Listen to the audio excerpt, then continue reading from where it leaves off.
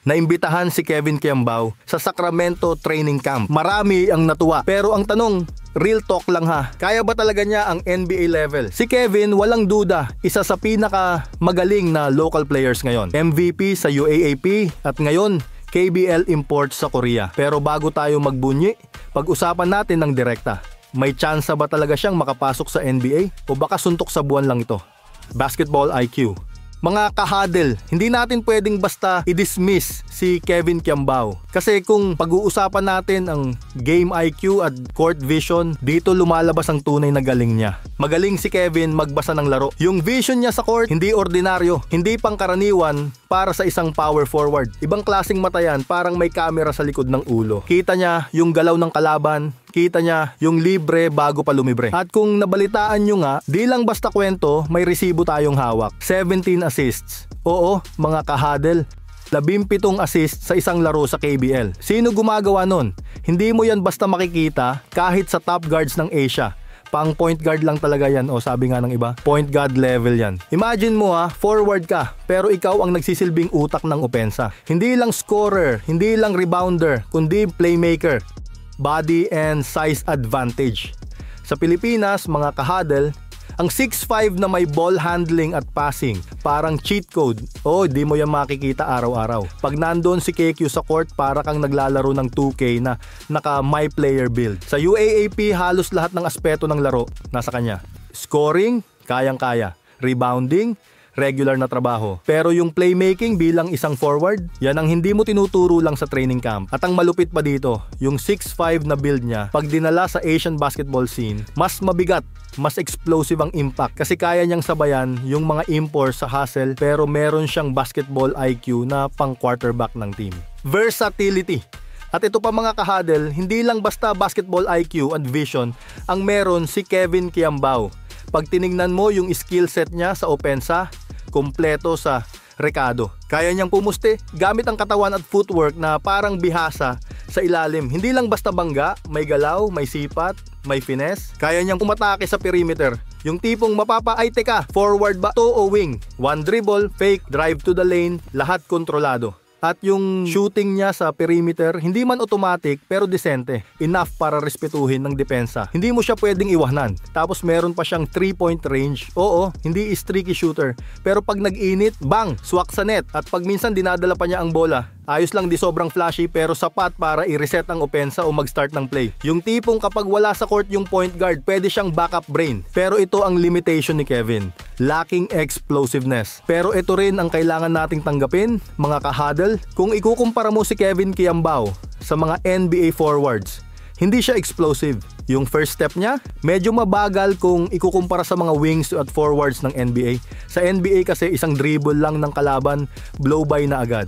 Dito kailangan mong makasabay, hindi sapat ang sipag, kailangan may bilis. Sa NBA, di sapat ang height kung wala kang speed. Yung 6'5 doon, dapat kasing bilis ng point guard at kasing explosive ng shooting guard. Si KQ, matalino sa galaw, yes. May IQ, may vision. Pero pagdating sa athleticism at explosiveness, dyan siya nahuhuli sa mga counterparts niya sa US. Hindi ito para ibagsak si KQ Ito ay matinong assessment. Kung pangarap niya talaga ang NBA, alam nating kaya niyang magsipag. Pero dapat niyang dagdagan ng explosiveness para hindi lang siya makasabay, kundi makalamang.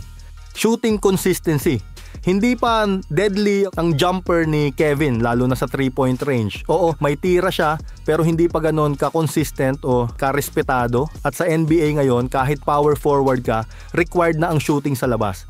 Kailangan mong mag-stretch ng depensa para makapagbigay ng spacing. Kung wala kang threat sa perimeter, madali kang iwanan ng defender at automatic sag sa paint ang kalaban, patay ang opensa. Defense and lateral quickness. Isa sa mga kahinaan ni Kevin Kiambao na hindi natin pwedeng itanggi ay naiiwan siya sa lateral movements, lalo na pag ang bantay niya ay mabilis, explosive na guard. Alam mo yung feeling na naglalaro ka ng defense, tapos yung bantay mo parang nagtitiktok na may turbo. Naiiwan si KQ, parang traffic enforcer na napag-iwanan ng big bike. At sa NBA, boss, wala nang slow-mo, walang preno-preno. Doon, pag di ka makalateral slide, literal kang mapapahiya sa national TV. One crossover lang, ankle breaker of the night ka na agad sa Sports Center. Kaya again, mga kahadel, hindi sapat na matangkad ka.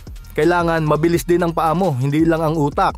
Kasi sa NBA, bago ka pa makaisip, nakadunk na sa mukha mo. role identity. Ang tanong, anong role ang pwedeng gampanan ni Kevin sa NBA? Hindi siya elite shooter, hindi rin elite defender. Sa NBA, kailangan malinaw ang role mo. Ito yung pinakamalaking issue sa laro ni Kevin Kiambao. At dito natin itututok ang pag-uusapan natin ngayon, ang role identity talaga niya. Kasi sa height at position pa lang ni Kevin Kiambao, game over kung ang pag-uusapan ay NBA. Gising-gising tayo, wag puro hype. Isipin mo to, sa Pilipinas, power forward si KQ. Sa KBL, power forward pa rin. Pero sa NBA, yung 6'5" sa kanila, point guard na yan o shooting guard. Teka, ilagay natin si KQ sa PG o SG. Wala siyang handles pang one-on-one. Yung dribbling niya when advancing the ball from half court, hirap na hirap at madali siyang itrap. Hindi talaga pwede yun sa guard position.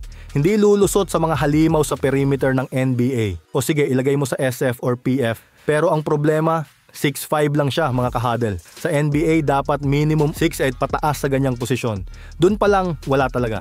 Kasi NBA yan, hindi liga lang sa barangay. Oo, kaya niyang pusuan. Pero dito, sinusukat ka hindi lang sa skill, kundi sa height, wingspan, IQ, at bilis ng decision making. Hindi ito larong pang-Asia lang. Ito ang liga ng mga halimaw. Kung baga sa Ghost Fighter, nasa kabilang mundo ng mga halimaw ngayon, si KQ kung saan andoon lahat ng mga Class S na halimaw. 7-footer na may handles ng guard, katawan ng shooting guard or point guard na pang power forward. May mga player dito na 6'9" na pwedeng maglaro ng lahat ng position. Kung hindi ka natural sa position mo, sorry, baka sa G-League ka lang muna or hindi ka pa makapasok. Sa NBA, bawal ang trip-trip lang. Dapat yung skill mo pasok agad sa sistema. Di ka pwedeng pa-convert lang. Di pwede dito ang experiment. Kina Dexter Laboratory lang yun ginawa. Dahil sa level na yon, kung hindi ka fit, hindi ka pick. Kaya mga kahadel, bago tayo mag-hype ng sobra, tingnan muna natin kung saan talaga siya babagay. At sa ngayon, real talk lang, si KQ sa NBA mukhang out of position at out of luck. Marami pa rin sa ating mga kababayan ang naniniwala na basta may height at konting skills ang isang player, kahit pinanganak na big man, pwede na raw agad i-convert sa small forward o guard. Pero kahadel, hindi ganun kadali yan.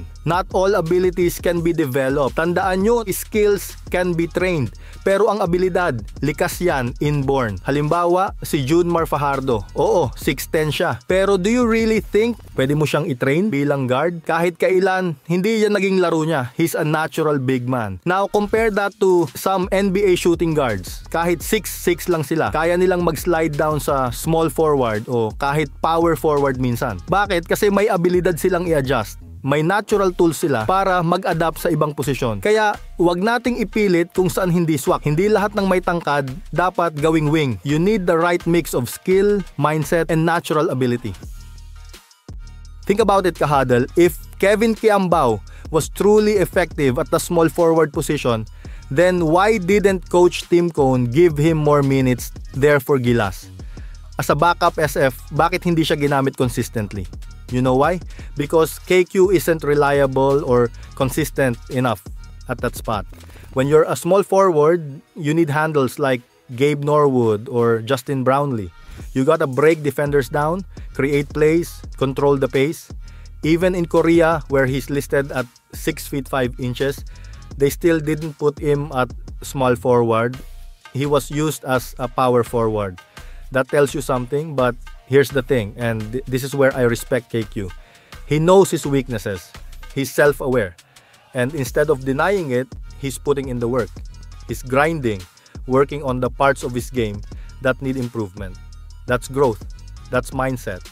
Alam ko, marami sa atin ang napagrabe at napasolid nung lumabas yung mga training videos ni Kevin Kiambao sa US. Lalo na nung nakita natin yung Sacramento Kings gear niya. At may mga speculations pa na baka pine-prepare siya sa Summer League. Pero guys, based sa latest official lineup ng Sacramento Kings para sa NBA Summer League, wala ang pangalan ni Kevin Kiambao. Yup, wala. Hindi siya listed bilang part ng active roster na maglalaro sa Vegas. Sa totoo lang, malaking bagay na ma-expose siya sa NBA level training. Makikita niya kung gaano kalayo pa, and that's valuable. Minsan, hindi pa ngayon. Pero kung mag-improve siya drastically sa shooting at athleticism, baka sa G-League or overseas pro teams muna. Real talk lang mga kahadel.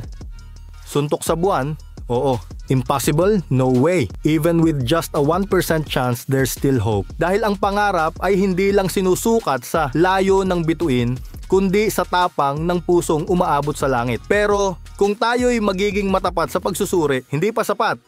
Hindi pa hinog ang bunga. Si Kevin Kiambao, isang 6'5 power forward na may bilis, may liksi. Ngunit sa mata ng NBA, siya'y hindi pa nahuhubog para sa pihikang palad ng Amerika. Subukan mong i-convert. Gawin mong small forward, gawin mong shooting guard. Pero pag tinignan mo ang kanyang galaw sa bola, ang kanyang dribble sa half court, mapapailing ka. Kahadel, mukhang malabo. Sa NBA, hindi sapat na ikaw ay bigs na ginawang guard. Ang laro roon ay mabilis, masigla at brutal. Walang panahon para sa eksperimento. Ang trend sa NBA ngayon, hindi bigs na nagiging guard, kundi guards na pinalalaki. Small forwards na pinapatibay para sa paint. Tingnan mo si Rui Hachimura. Tingnan mo si Draymond Green. Ang direksyon ay pabigat, hindi papino. Kaya kung ikaw ay 6'5 sa NBA, dapat pure shooting guard ka o mas matindi pa, point guard. Walang puwang para sa converted lang dahil ang NBA ay hindi laboratorio kundi digmaan ng mga nilalang na likas sa posisyon nila. Dito sa Scouts Huddle, real talk tayo. Kung kulang pa, sasabihin natin. Kung magaling, irerespeto natin. Walang fake news, may perspektibo, hindi ilusyon.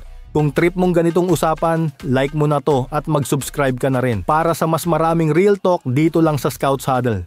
Peace!